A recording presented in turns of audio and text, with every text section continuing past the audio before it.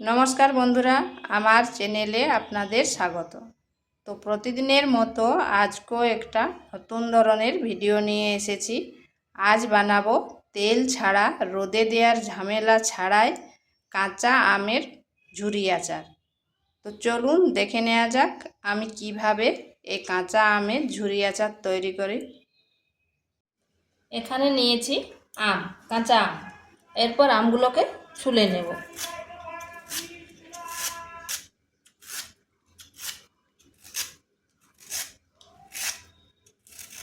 এইভাবে সমস্ত আমগুলোকে আমি ছুলে নিচ্ছি।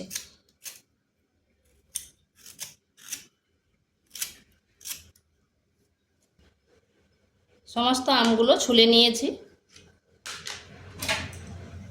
এরপর এইরকম একটা গ্রেটার নিয়েছি, গ্রেটারের বড় দিকটায় গ্রেট করে নিচ্ছি।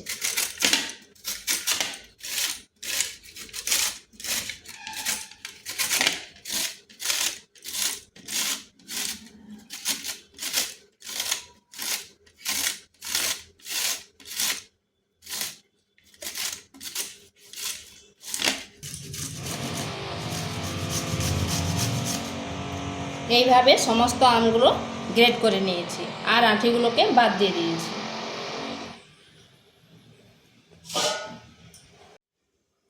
এরপর অন্য একটা পাত্রে এই গ্রেট করা আমগুলো দিয়ে দিচ্ছি।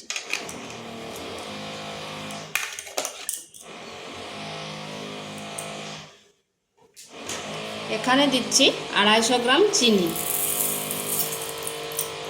এবার চিনির সাথে আমটা ভালো করে মিশিয়ে নিচ্ছি। আপনারা চাইলে চিনিটাকে গুঁড়ো করেও নিতে পারেন, কিন্তু আমি আর গুঁড়ো করলাম না।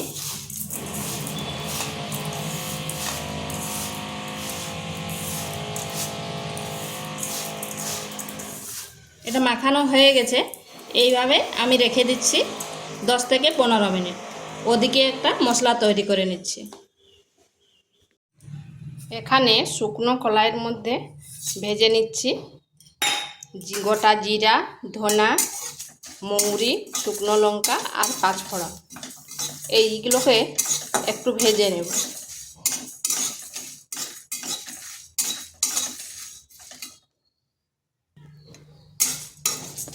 এইভাবে যদি আচার করা হয় তাহলে কিন্তু এর স্বাদ গন্ধ দুটোই দুর্দান্ত হয়।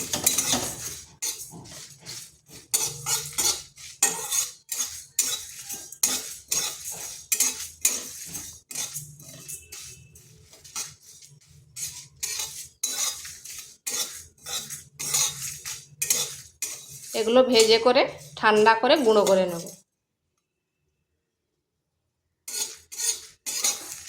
তো এটা হয়ে গেছে, এখন নামিয়ে একটু ঠান্ডা করে নেব।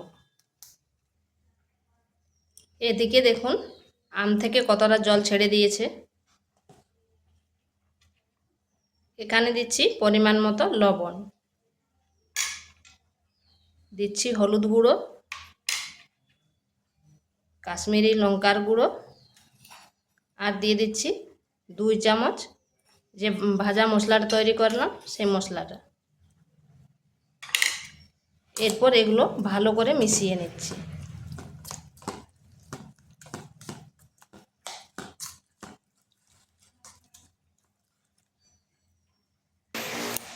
এগুলো মিশিয়ে নিয়েছি, আর যে আওয়াজটা শুনতে পাচ্ছেন এটাই পাশের বাড়িতে কাজ হচ্ছে।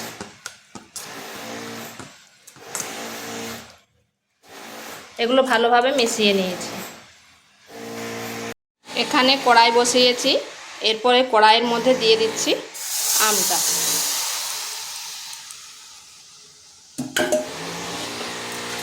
আঁচটা মিডিয়াম আঁচে রাখতে হবে আর এইভাবে নাড়তে হবে।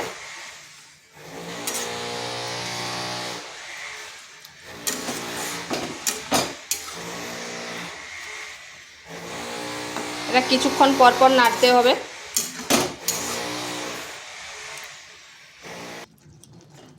এখানে কিন্তু কোনো রকম জল ব্যবহার করা যাবে না। জল ব্যবহার করলে কিন্তু আচারটা নষ্ট হয়ে যাবে। আর এইভাবে নেড়ে নেড়ে বেশ কিছুক্ষণ সময় ধরে এটাকে রান্না করে নিতে হবে।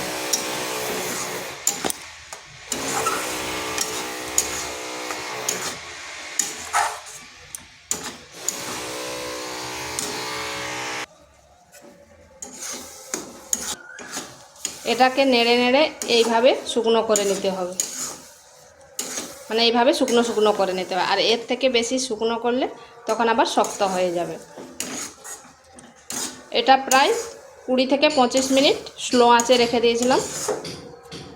তো এইভাবে একবার বাড়িতে করে দেখতে পারেন। আর এটা এইভাবে ঠান্ডা করে এরপর বয়ামের মধ্যে ভরে দিলে সারা বছর কিন্তু সুন্দর থাকবে। তবে ঠান্ডা করে বয়ামে ভরতে হবে। এটা হয়ে গেছে, নামিয়ে নিচ্ছি। তো ভিডিওটা ভালো লাগলে লাইক শেয়ার কমেন্ট অবশ্যই করবেন। আর নিত্য নতুন রেসিপি পাওয়ার জন্য চ্যানেলটিকে সাবস্ক্রাইব করবেন।